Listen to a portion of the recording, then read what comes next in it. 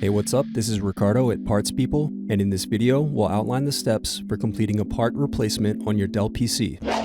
Visit our website and use this coupon for a 5% off discount.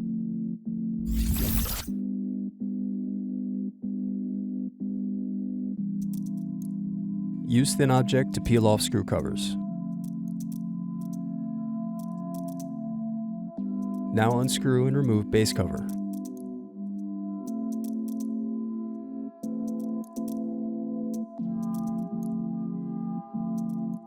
Then unscrew and disconnect battery.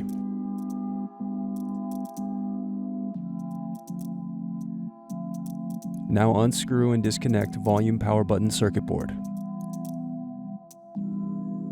Thanks for watching. Don't forget to like and subscribe if you enjoyed this video. And if you need more, check out this playlist to watch other tutorials for your laptop. You can also click here to find parts for your laptop at partspeople.com.